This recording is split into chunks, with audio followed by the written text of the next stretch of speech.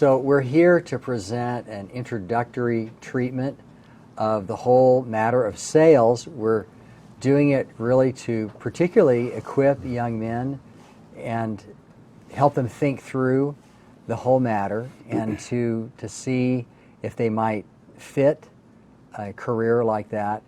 And there are a number of reasons why doing something like this, can be helpful. First of all, it's helpful for anybody involved in anything because we're always communicating something, we're always representing something. So I hope the things that are said here tonight are applicable beyond just the person who's going to be a sales professional. The second thing is that sales is special in this way. It's the ultimate transferable skill. If you have this gift and you're good at it, you can almost go anywhere in the world and do it, and you can almost represent anything. Now, I say that in a qualified way because there are different categories, but it's immensely transferable, and so it allows a flexibility in a man's life to do different things with his particular skill set. And the third reason I'd like for us to do this is to help people make distinctions.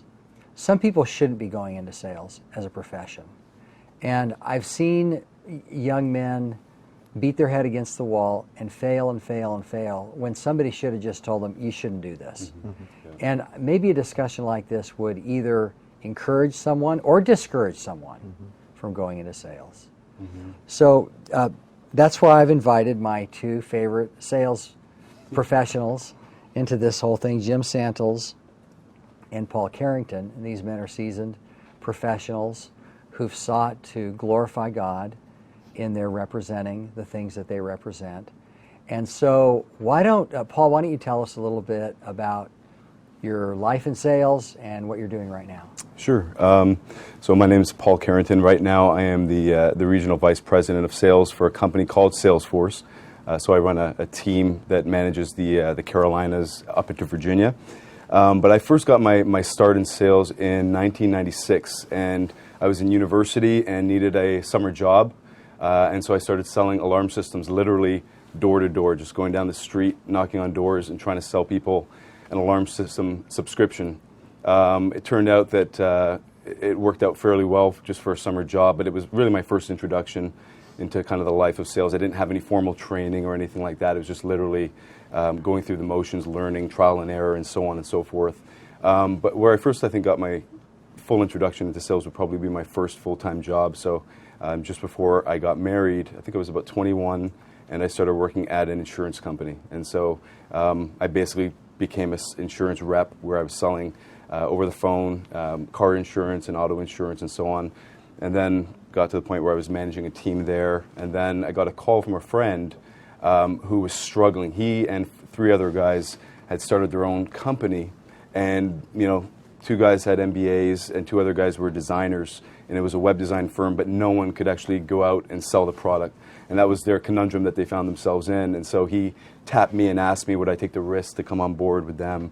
And long story short, I ended up taking that job on and then ended up becoming the president of that company and then ended up selling it. And then when I ended up in 2006 coming back to Canada from Africa, I joined the company I'm at now, Salesforce. And so I've been there on and off for about 8 years or so. Started off as a sales rep and then kind of moved up the ranks to where I'm at this point.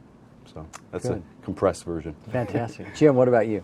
Jim Santles, like Paul, 1996 was the genesis of my sales career. It really was. After 7.5 years of active duty Navy, I would interact with some of the sales representatives would come in from the various pharmaceutical companies.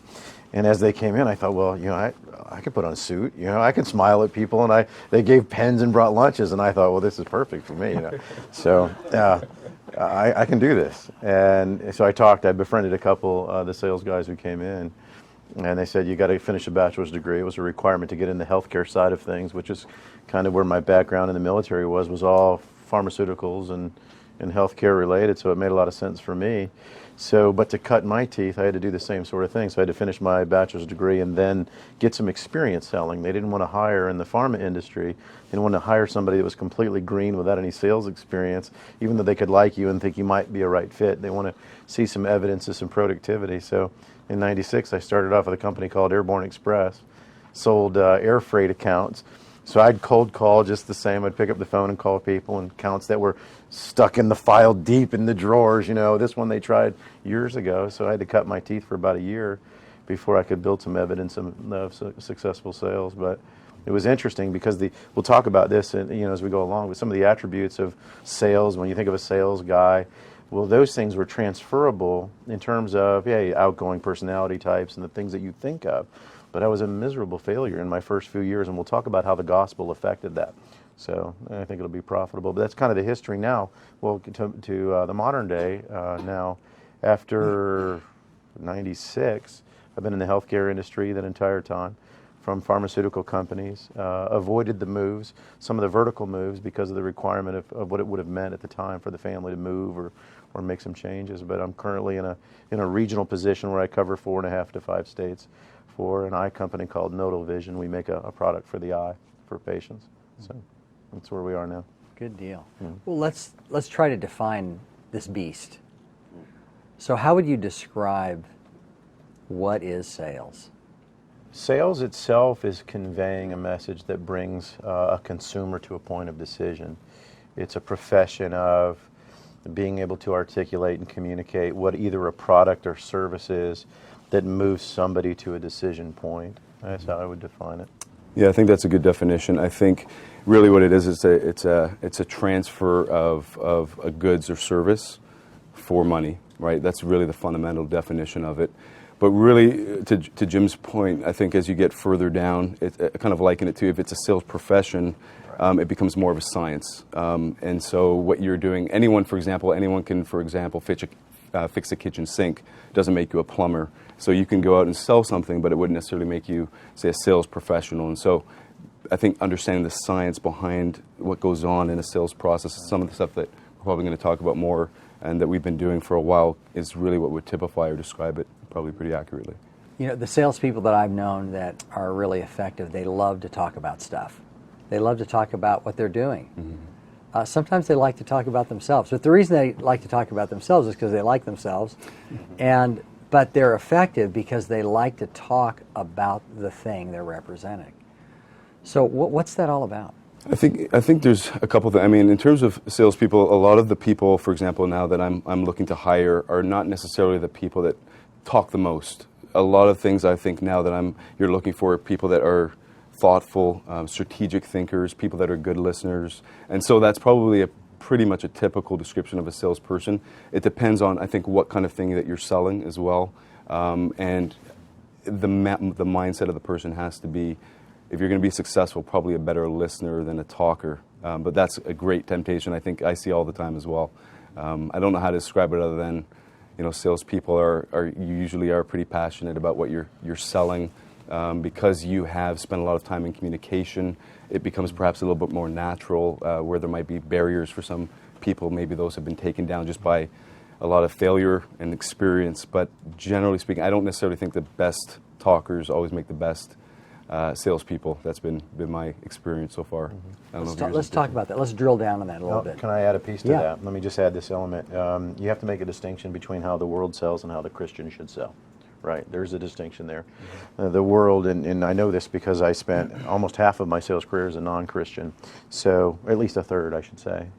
So there is a distinction where the man-centered man is going to be, where he's central to the dialogue, to the discussion, bringing attention to himself, the abilities that he has, whereas the Christ-centered man is going to use the very attributes that you mentioned, the fruits of the Spirit, listening well, compassion, getting in other people's worlds. We'll break that down a little bit more in the discussion, but you have to make a line of distinction. If the Christian's going to pursue it, it's the fruits of the Spirit, not the fruits of the flesh, right? In the sales world. So when you're trying to teach a young salesperson not to talk so much, delve into the mechanics of that. What do you tell them?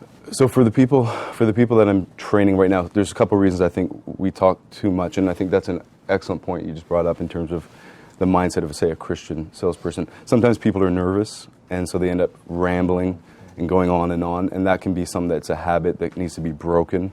But I think one of the most important things is a self-awareness or self-consciousness, constantly checking in with the people or the person that you're communicating with, because you can tell the more you do this. You can probably tell, I'm sure you've had that experience, when people are being polite, but or they're just being polite and glazing over, and you're going on, and you're missing the buying signals. In other words, they've signaled to you that they're ready, but you just want to keep talking and talking. And so I think it really has to be an active, conscious thing that you say, look, time to listen, time to sit back, and it might be going on calls with these individuals and sitting down, and after you've gone through the call, kind of diagnosing it, debriefing, and figuring out, okay, what could we have done better? What could we have learned from here, and so on. Those are some things that I do with my team. There's a phrase that you've probably heard: you can talk your way out of a sale, right? You can overtalk it so much that the obvious evidence to the end consumer is the guy's not in tune with the real things that I need. He's just rambling on, and that rambling can lead to such nonsense, and you're over-promising and under-delivering. We'll talk about that concept a little bit. So it's probably universal, regardless of what sales arena you're in. The guy that talks too much ends up being a time waster. I'm in the medical field, so especially relevant in my field, because a physician's got to keep trucking. They've got people waiting, and you get somebody just wants to come in and ramble. They're going to find out after a single visit if you're worth my time or you're a waste of my time. And if you're a waste of my time, you're not welcome back here, and I'll tell my staff to keep you out. There's representatives in my field that aren't allowed back for that reason. One thing I notice is if you're selling to corporations as well, where you're dealing with the C-level, and C-level simply means like CIO, CEO, CMO, CFO, these types of leaders within the organization, the executives, they manage their time in increments, usually of 15 minutes. And so if you're someone who is going to waste their time and spend 10 minutes in getting to know you type of stuff, you're wasting their time. These people are people that like to get to the point and decide very early on in that first minute even if you're someone that they're going to want to partner with going forward. So it's very important that you be very, very conscious of not rambling and going on if you don't have to. When you catch yourself talking too much, you're just realized, I think I'm talking too much. What do you do? Well, I find if you catch yourself talking too much, a lot of times, unfortunately, you're not even aware of it. If that's a habit that's been ingrained. And so one helpful thing might be to have someone else listening in that's going to give you some sort of objective criticism of how you do and how do you perform, how do you manage a sales cycle. I've done that, and it's very helpful. Another thing I do after I close a sale is I go back to the customer and ask them specific questions because I want to improve. So I ask, why did you buy? What were some things I did wrong? And so on. And a lot of times you'll find things I'm not even conscious of, and they bring it to the table, and now I can make adjustments and hopefully take that into the next buying cycle that I'm involved in. But to get to your point about questions, I think the better way, the person who talks the most in a sales meeting should not be the salesperson. That should be the people that you're actually working with, where you're gathering information, and it's not just a monologue. That's the worst type of sales presentation you can ever imagine. It's got to be more of a dialogue, or if there's multiple people talking to you.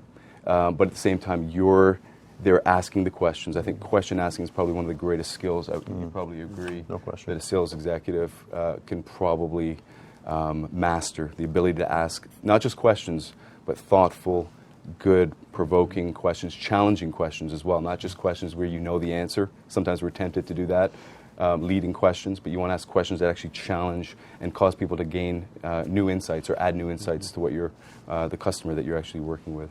So there's a difference between, if you've heard the term, closed-ended versus open-ended questions.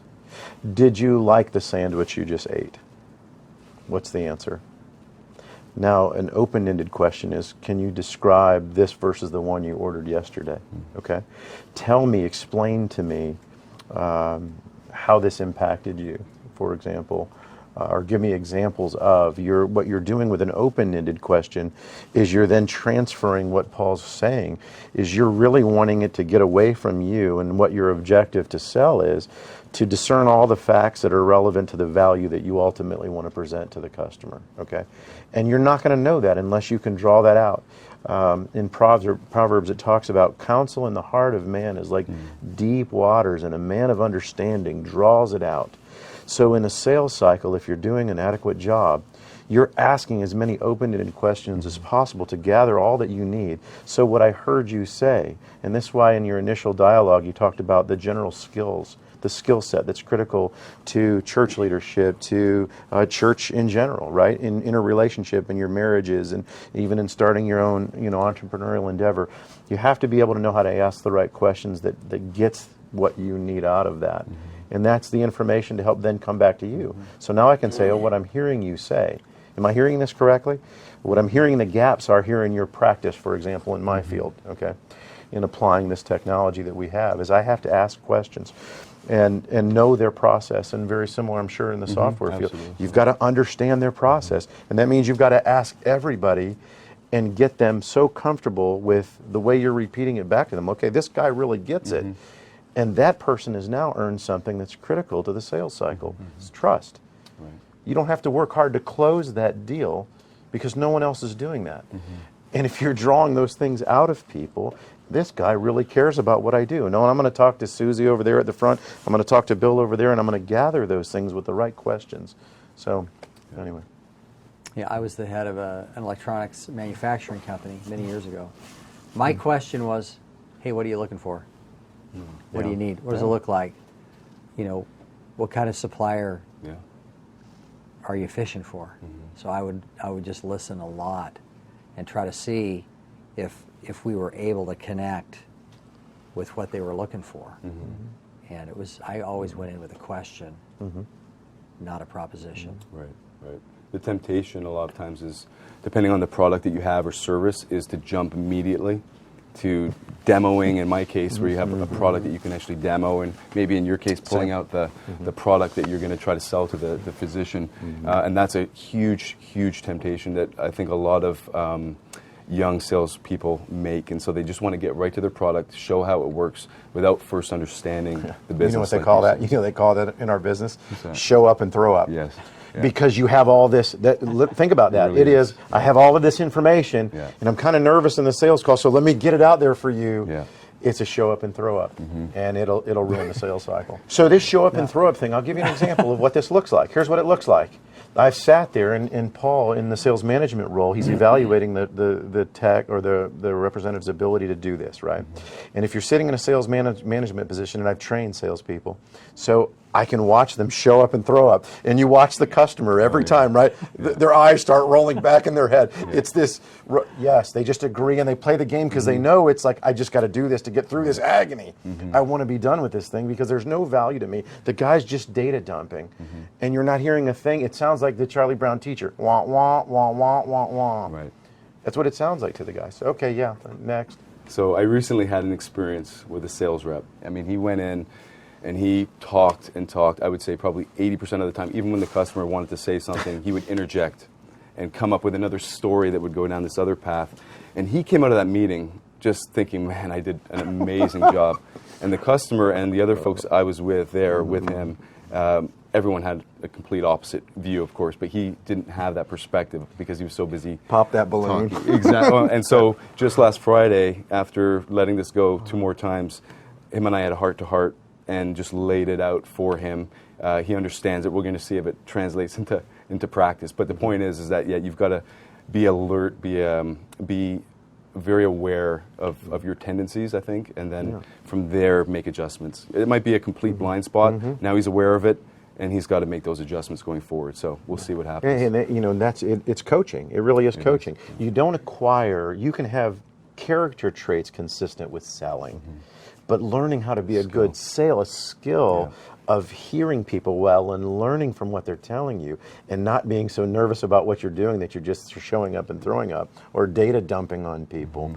That's a learned skill, and it can be taught, right? So even if you're not the most flamboyant of characters and you're not wired that way, that doesn't mean you can't learn great skills that make you very successful in this field. Absolutely, yeah. So give us some sample questions that you have in your memory banks that you use to draw people out. So a couple of questions I would ask. Again, I think you brought up an excellent point. They're going to be open-ended. So a couple of things I would say is, tell me about your business. Not even a question per se, but a statement. In my world, that's something that's very significant. And that's a shortened version, but I'll say, look, I've been out through your website. I've read your press releases. If it's a public company, I've gone through your 10K. But a lot of things don't show up. Tell me your perspective about your business. And that's how I'll start. The other thing I'll ask them specifically is, tell me about your role in the company. What's important to you? How are you measured?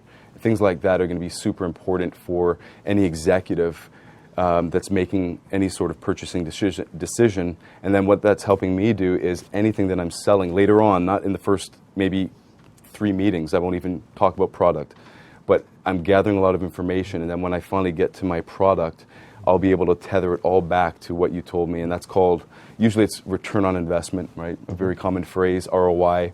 And it will be tied back to what I would call critical objectives that the company is trying to achieve. And so you've got your company objectives, right? You've hit on those. Where's the company going? Where are you going to be in 5 years? Questions like that. You've got the person's main motivations, hopefully. And now you can start to build some sort of framework so that when you actually have your product on the table, it's not just your product alone, but it's your product with all these tentacles attached to the company's objectives, as well as the person's primary motivations. So you have to practice this. It doesn't just happen, because the truth is we're all uncomfortable in selling scenarios unless you've practiced it enough. I mean, obviously some are going to be more comfortable than others, but you have to practice open-ended questions. We do this at home. You wonder why even in the church, you wonder why conversations, I just can't get anything out of that guy. Well, all of your questions are closed-ended questions. So, did you like the service today? Yeah. Did you like the message today that Mr. Brown gave? Yeah. There's a different kind of question. Hey, what did you like the most about the message that you heard today? Can you describe, how this affected you? Tell me more. Just those simple insertions of, I didn't even complete the sentence, just by saying, well, describe what you mean to me. It's the same thing you were describing as you were dealing with patients or people that would, call for services. And you just describe what you're looking for. That alone. And then the guy, you can't get him to stop talking. People, what you find out is what the scriptures tell us, that man loves themselves, right? Absolutely. So you turn the question back to the purchasing agent guy or the physician, and you get somebody, it takes nothing for a man or even a woman to pontificate. You just have to ask the right question. We're so busy asking closed-ended questions and we get nowhere, and we wonder why it's such a difficult conversation. But we practice this at home. At our table, we practice asking open-ended questions. Try it at church. There's the guy or gal you can never talk to. They don't say a whole bunch. Ask them on open-ended questions. See the difference. Absolutely. I think what you're trying to say, that the best practice for this is talking to your wife. That's a good point. Be careful. Be careful what you ask. Might not get to bed tonight. Right, exactly. Might be there for a while. Hey, but there's truth to that, though, Paul. Honestly, men, in their marriages, better be willing to ask open-ended questions to their wives. The truth is, men don't want to do that because they know what's on the other end of that. Let's be honest about that. Yeah, that's good. Let's talk about different kinds of sales experiences. You guys have been involved in different categories. Let's just talk through some of the categories that people might be able to fit into. There are unique differences in the kinds of sales that you can do, right? There could be the cold calling job that somebody takes from the comfort of their home, or they're looking to augment their income, so they're just making simple cold calls. All you need for that is essentially a decent backbone that could just handle all the rejection, and it's a matter of numbers. If I make 100 calls, I get 10 who accept. So that's a certain personality type that's okay just doing that and being rejected 90% of the time with a hang-up or whatever. But that's a form of sales. And then there's a consultant kind of sale where you're dealing with professionals or executives, and the goal again is extracting from them. So it is broad. It's extremely broad in what sales is in general. So my statement to a young man who's pursuing it is, where are you comfortable and where would you like to be stretched to? If they want to be stretched, then it's going to grow into a consultant kind of sell, one-on-one. Yeah, I mean, different kinds of sales experiences take some particular skills. Like, for example, if you're selling real estate, you've got to find out what the customer wants. Right. But then you become somewhat of a shuttle diplomat. You're doing shuttle diplomacy because you got this seller who's overpriced his house, and the buyer says, no, that's way too much. And then you got the inspector who's trying to kill the deal through the inspection. So you've got this, a real estate person is trying to make peace with everybody and try to bring all these people together who are kind of contrary. Well, that's a different kind of a sale than what you're doing. So, and I agree with everything that Jim was saying. I think to change the comments a little bit, I think what happens is this: as a sales, say a young person looking to get into sales, first of all, you could probably cut your teeth on anything to see if you have some sort of aptitude towards it, right? Some sort of ability to deal with rejection, as you mentioned. Are you resilient after 90 no's? Are you still able to pick up the phone and be happy, and do it the next day and face 90 no's again? So those are some of the things that will hopefully kind of gear you and get a sense as to whether or not this might be something you'd be able to do. But then there are different types of salespeople in the sense of if you're working in a dealership, as a car dealership, those leads are coming into you. You're coming in perhaps at 30 or even 50% into the sales cycle where they've done the research and they've done a lot of the work, and they're coming in to either make a decision and you're there to guide them to that decision. Same thing, a real estate agent might be, okay, well, someone's looking for a house. There might be other types of sales where you are going out, and they call them hunters, where you're literally just going out and you're trying to knock on doors and figure out if there is someone. You don't know when you knock on that door if there's a potential customer on the other side. It does take a different type of mentality to do different types of sales. The guy working inside a dealership has it a lot easier than the guy who has to say, quote unquote, knock on the doors. And when I say knock on doors, that could be cold calling into corporations, or literally knocking on a door selling, your typical vacuums or encyclopedias, that kind of thinking. But the idea is that you need to have a specific mindset in those roles versus, say, someone who's having deals brought to you. I mean, I found in the kind of sales I was doing with my electronics company, because I was the head of that company, I was the chief salesman. And that's right. When we started this factory, we just had a very small equipment set, and we could only address a really, really narrow range of the manufacturing services in the industry. So in the first year, I would sit at my desk for 6, 8, 10 hours, 11 hours, and hear no, no, no, no, no, no.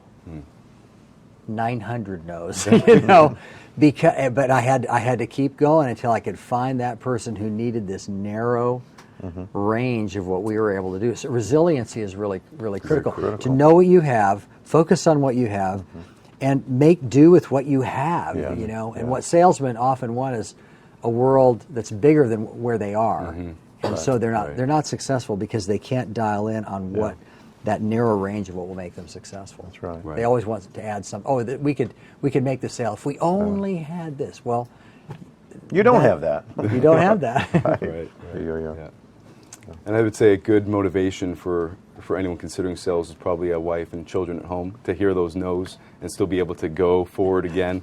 To me, that's a big motivation, right? You've got mouths to feed at home. So, what are employers looking for in salespeople? Self-motivators.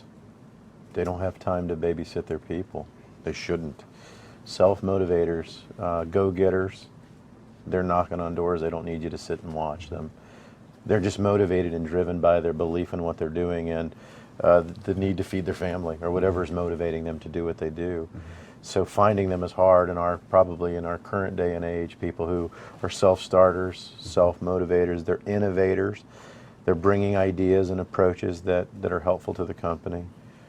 That's what they're looking for. And obviously the character traits that we see in Scripture, the fruits of the Spirit, they're joyful, They're somebody you're proud to send out because, hey, the salespeople, this kind of as an aside, but it's relevant, the salespeople is often the first person and the only person a company has exposure to of your company, just like in the gospel. When we present the gospel, we might be the only Christian messenger and ambassador that person meets. And if we're living a life of hypocrisy, and that's the extent to which they understand who God is, you have a very serious responsibility. So people who get that is what an employer is looking for. Like when I put on this shirt or I put on this suit, I put the name badge on and I give my card, I really am that product to that customer. I'm an individual, certainly, but I really am this company and this product to that customer. Yeah, and I was reading an article the other day where sales professionals are probably one of the most in-demand roles currently out there in terms of people wanting them. And so if you think of people that are hiring, companies that are hiring, they are more interested in hiring the right salespeople than they are in the technology that they have to manage the sales cycle. Even it might be equivalent in terms of their level of investment with their product. So it gives you some perspective. Sales managers, for example, right now when I'm hiring new sales executives, a lot of times people can do really well in an interview. You can coach people to do well. They can listen to videos. They can go on online and figure out what kind of questions you're going to ask them. One of the things that we do is we actually force a salesperson before they're hired to come in and do a presentation. So they're sitting in front of people that are maybe 3 or 4 people. For example, Scott, you'll be the CEO, I'll be the senior sales vice president, you'll be the account executive, and it'll just give a perspective to see how does this person communicate, how do they manage a room, how do they ask questions, how do they engage their audience, and it gives you some perspective that you can't really fake all that well as you can through an interview question. So I think that's one of the big things. You're looking to see how can people perform in a real world scenario. Are they curious? That would be a big thing. Are they creative? Going back to resiliency, I think that's probably the ability to bounce back from failure. One of the questions I always ask someone, I don't want to know about your great successes. Tell me about a deal that you lost. And why did you lose it? Give me your perspective on that. And you get to a sense, and then you ask the question, how did you bounce back? Or it could be a life situation.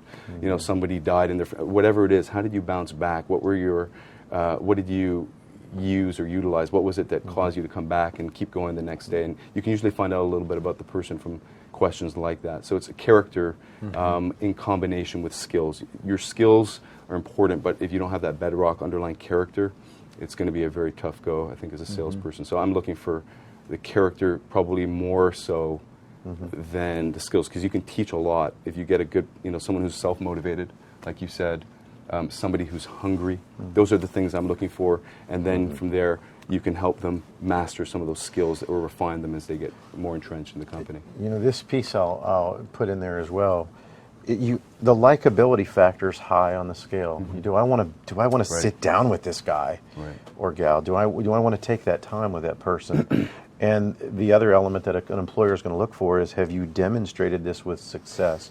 Because there's a lot of very likable people, but that doesn't translate into sales success. Are they diligent? Have they practiced, the fruits of the Spirit in terms of hardworking, diligent and patient and all the things that are required to show an evidence of a track record to an employer? Are they likable? Do I want to? And are they showing a track record here of success? Absolutely. Very important. Can you spot the self-motivated person up front? Up front? I would say it's personally, I think it's very difficult. A lot of people can talk a good game. There's so many resources out there right now where people can pull the wool over your eyes. I think it's hard to say. You can spot them. You can look for body language, and you can have kind of off-the-record conversations, right? You can find out a lot of different things, but at the end of the day, it's very difficult to do that, I think, in my perspective. I don't know if there's any particular keys or cues that you look for.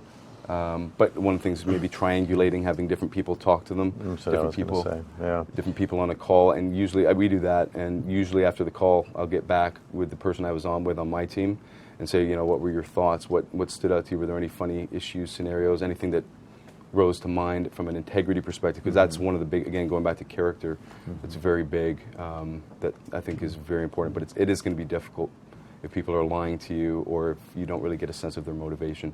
Going back to Jim's point, though, I think a good track record would hopefully give you a sense as to what kind of person that you're dealing with. Let's talk about authority.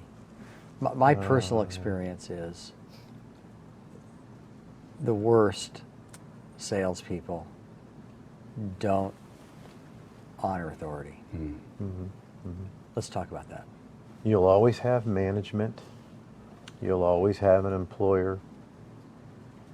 And if you don't respond to that employer with a level of honor and willingness to shuffle your own deck, you talk about the coaching that you give somebody. Well, if there's arrogance, if there's pride of man that rises up that doesn't take the coaching, that guy's not employed for long. Right. Because he might have an outgoing character, he might have some of the attributes you look for, but he doesn't have the skill set and the spiritual maturity or even spiritual content to receive and submit to an order and structure of how to do a sell. For example, I know a VP of sales at a company that came in, and as the VP of sales came in, had there's tons of philosophies on selling.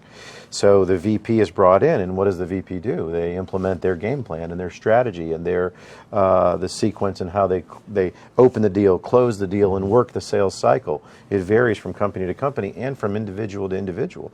Well, if the guy doesn't have the spirit to receive that and can't transition in honor of that authority structure, and hey, this is the way I've always done it. I'm 10 years with a company. I've been the top sales guy.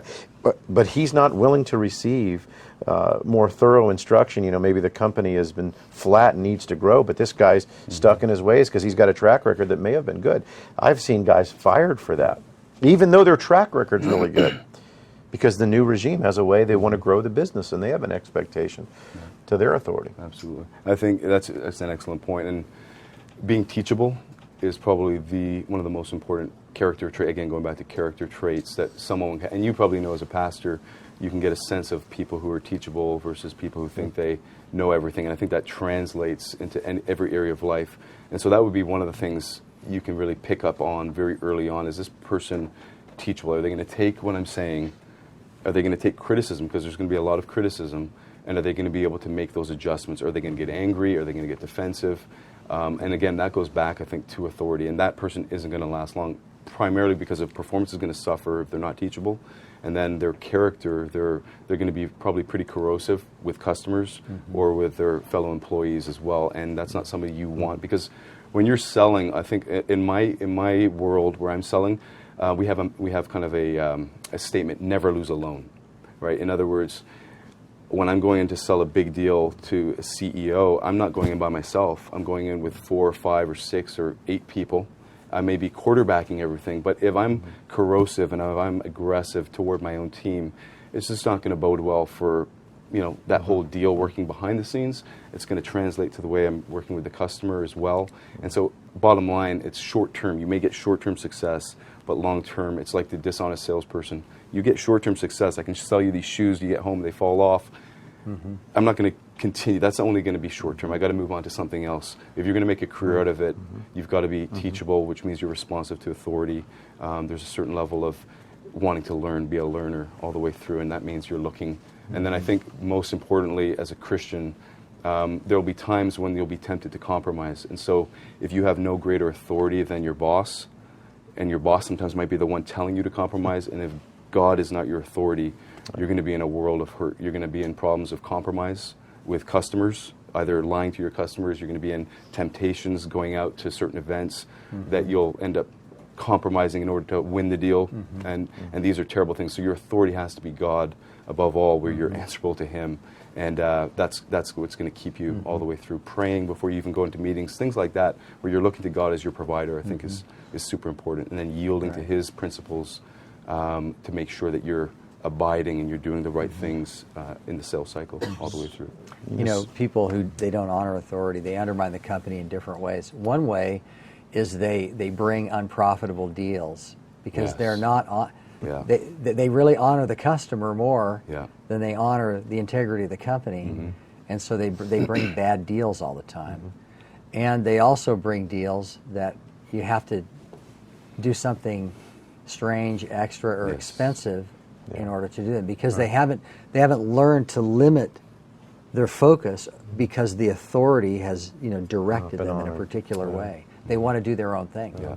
So let's talk about compensation. So if your motivation is to feed your family well, the success of a sales guy draws, more and more revenue production, and that's the bottom line. And when your name, better is it to, I'm thinking of the text of Scripture, better is a good name to be chosen rather than great riches.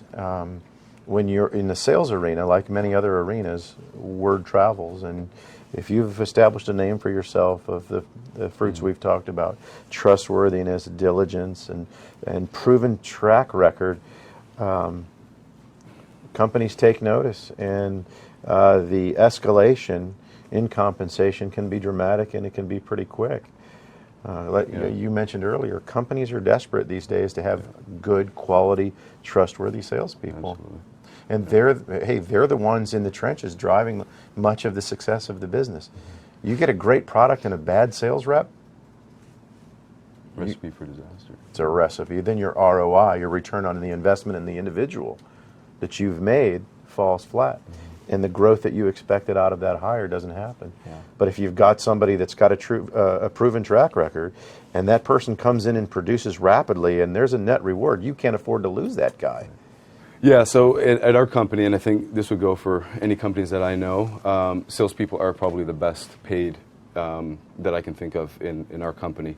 And the reason for that is exactly the point that they're the ones generating the revenue for the company. So you might have engineers that are building the product, but there's a certain element of motivation to go out, and they're trying to really capture part of our human nature, which is, to excel and to earn money and so on. And usually the way compensation works, it depends. So if you're in a corporate setting, it might be different than in, say, if you're just cutting your teeth or starting off in sales. It might be strictly 100% commission, right? And you go out there, and if you don't sell, you don't eat. And then there's, as you kind of get further down the line in terms of, say, corporate selling, what you'll end up doing is probably getting a base. And then on that base, you'll have a commission on top of that. So even in months where you don't sell something, your base is able to sustain you, and then you have this big uptick in terms of compensation. So it really does vary, but most companies are looking to really master and tap into a really strong compensation plan. Our company is constantly revisiting, checking out what is competition doing, right? What are they doing to pay their reps? What perks are they giving? They do all sorts of things like trips to Hawaii or trips to Europe, things like that, to really make sure they're motivating people. Now that's kind of in a worldly way. I think the salesperson who's a Christian is going to be motivated hopefully by a higher standard than that, than just trying to get to Hawaii this year or something. You want to honor your employer. You just want to perform well, and you want to excel. But the compensation, it really would fly across the gamut. I mean, you're going to have all sorts of different compensation plans right across the board. So I'll give you a real life example of this. Okay, from 1996 to the year 2006, I probably had a 200 to 300% increase in revenue production in that time, specifically because when you break into the field, as you just mentioned, you can start off with a base salary, but then the next company hears about your success, or if the guy that you worked for at that company took a management position and got promoted and immediately saw your skill set and the evidence of what you've produced for that company and is calling you. You need to come and there's a reason they pay LeBron James what they pay him. The owner doesn't drop shots in the net, he does, and people end up showing up and buying jerseys. So there's a reason he's producing so much revenue for the organization that they want to keep that guy faithful to the organization, because it's the net effect in the company is exponential. So the same thing happens in sales on all levels. If this guy's produced and been productive, I'm going to take that guy with me. So I have so many personal relationships with people who have seen the results that no matter what situation you're facing, they want to put you in the best scenario they can possibly put you in to keep you loyal and faithful to the company. Right. And that means more pay. Absolutely. And if you think of it, depending on the model of the business, so in our case, it's a residual model, right? So again, it goes back to that. Our company, if you sell a product today, we have, say, a 95% retention rate, which means you'll renew next year and keep going. So they'll compensate you very highly for that first year because they know that they're going to capture it on the second year. So when you do the math, it's almost like a snowball effect, right? If you say as a salesperson sell 100 customers this year and then 100 the next year, now you've got 200 customers in the churn. And so even if a few drop out of that, you've got a very, very strong snowball going down that hill. And so companies recognize that. So if your quota is, say, $1 million, they have no problem, say, comping you at, say, $200,000 because they know that $1 million will be $1 million next year plus the $1 million that you're going to sell next year again. And you can, obviously, as you grow a sales team of, say, 7, 8, 10 people, you begin to see the math, and it becomes very easy to say, I'm going to compensate this way because it's going to obviously equal much, much more revenue. Wow. It's going to motivate the sales rep continuously as well. So, and numbers are going to vary, though, across. If you're starting off as a salesperson, you may start off at a fairly low level. At our company and other companies that I know, they'll start you off doing the hardest job in sales first. And what do you think that is? It's cold calling. Cold calling. And they'll start you off on cold calling, and they weed out those who can't cold call. If you're a small business person and you cannot pick up the phone and make phone calls, it's not going to last long. If you're relying on business to come in, waiting for that phone to ring, it's not going to work. So if you don't exercise those muscles early on and kind of pay your dues, so to speak, in the first 2 years of your sales career, you're not going to get past that. And so it's a really good way to weed people out. But those people earn probably pretty minimal, but then they're aiming, those people that I know, they're saying, I'm not going to do this forever. I know I'm going to be here for maybe a year, and then I'm going to get up to this level, and then to that level. So they're working, to Jim's perspective, with a vision of making a career out of it, not just doing this, for see if I can do it. It's not a kind of a something they're falling into. It's very intentional to move up to a certain level where now they can support a family and they can do some of the things that they'd like to do. Hey, the truth is, if you do sales well, and you've produced and you have a track record, you can end up calling the shots. You can call the shots where you end up wanting to go, who you want to work with. It become because of the grace of God and because of His kindness and how He's produced through the fruit that He's given you, and the value to the company. It can be so great that you can end up with a kind of flexibility and earning potential that's uncommon. Not always true, but it depends on the company. Let's just talk a little bit about personality. Yeah. Let's talk about personality and character. What does personality have to do with success or failure in sales? Well, personality may get you a step closer. It may be what gets you that first handshake or the meeting, but that's only a small part of long-term success in sales. I had some of those personality character traits, but I was miserable my first 3 years in sales because I didn't have the other fruits of the Spirit: diligence, perseverance, honor, and integrity, and one without the other. So you can have people say that all the time. Well, this is a sales guy, a sales personality. But I've seen people without that, quote, personality extremely successful in the right sales scenario because they have the other attributes that are more important. They're trustworthy, they're faithful, they show up on time. That's the guy I can count on when I need him. And because they have those attributes, it compensates for the fact that the personality might not be the most outgoing personality type. But that's the most faithful representative of that company. And the customers end up loving that guy. I would say, there's a myth. I notice this myth really propagated a lot of times with people who kind of look into sales from the outside, and they have this view that the most gregarious, most kind of glad-handing, kind of this prototype salesperson is going to be the most successful. And it's just not the truth. So the most successful salespeople have a lot of those traits you mentioned, and a lot of that would be perseverance. You have to have this attitude of perseverance, and it can't be necessarily external things. I mentioned before being married and having that's good, but there's also got to be this inner drive to do well, to get up the next day and do the same thing and fail, and that kind of goes hand in hand with resilience. I think that's very important.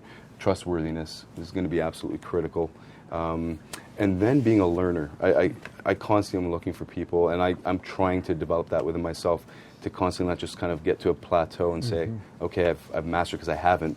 and there's always much, much more to learn. So I think that's going to be absolutely important. And then you mentioned, I think, Proverbs 20, verse 4, by reason of the cold, he just sleeps in, just kind of doesn't come out and doesn't do the thing he should be doing. So there's this element of being a hard worker. If you're not a hard worker in other areas of life, chances are it's like the missionary thinks he's going to be a missionary in China that doesn't talk to anyone.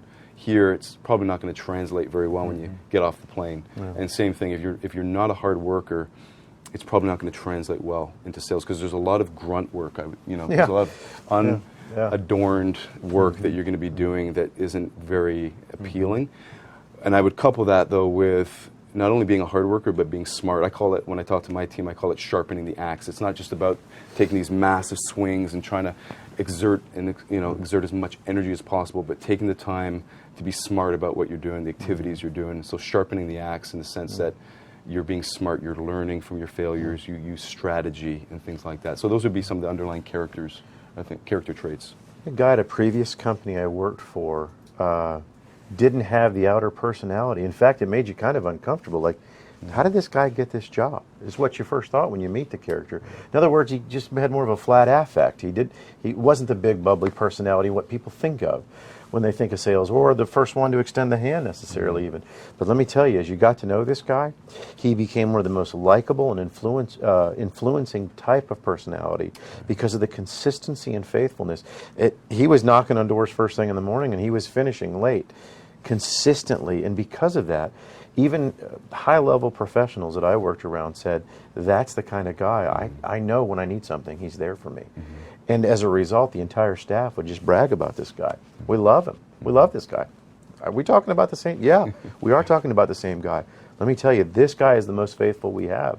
So, again, the stereotyping needs to extend. If you're a Christian, you have diligence and faithfulness and stick-to-itiveness, if that exists. But if you have those attributes, you can have a very successful career in sales. There's no question. Absolutely. Yeah. What particular sins and temptations does this profession carry with it? Pride. Number one is pride, for the reasons mentioned previously. Coachability. Do you honor the authority structure at the workplace that you're at? And the pride of man is going to be the biggest issue. And laziness. Laziness. I mean, it's really, this field is all about diligence and hard work and going after it. If you're lazy in your tendencies and you don't follow through, it's going to be a hard road. You're not going to find yourself very successful in it.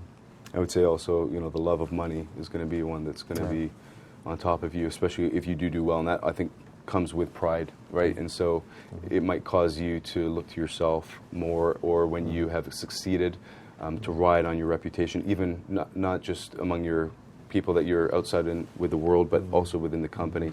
There's a great temptation, because what happens in a company is when you're doing well, your boss wants to point to you and put you on a pedestal to say, hey, why aren't you all doing what Scott's doing, or John, or whoever you are? And so there's going to be this temptation to kind of buy into your own PR kind of thing, where you think that you're more than you really are. And so that's a great temptation. Just simply treat it as a career, do well at it, but don't make it your identity. That's a big, big problem as well.